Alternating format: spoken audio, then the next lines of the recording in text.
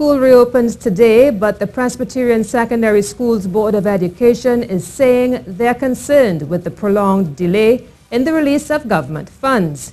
In a media release, the board says the funds are needed to operate their 5 schools.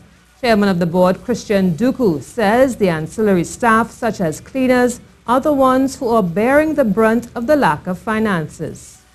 Several months, like about 4 months or so, that they didn't receive this allocation for the janitorial staff, for the ancillary staff and so on. So what they had to actually do is borrow money from the PTA, from the Alumni Association and things like that, or ask them to pay. And in some cases, they have to borrow and so on to meet these expenses.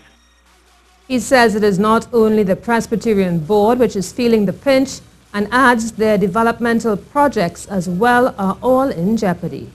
It would be other boards as well.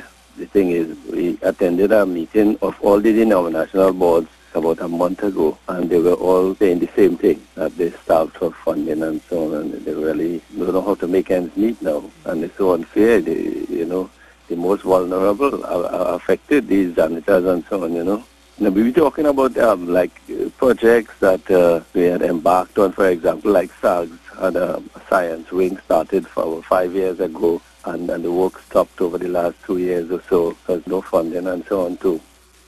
Mr. Duku says in 2018 they are celebrating 150 years of Presbyterian educational service to Trinidad and Tobago, and they are looking forward to their funding being disbursed by the end of this week. If they do not receive their funds, Mr. Duku says further action will be contemplated.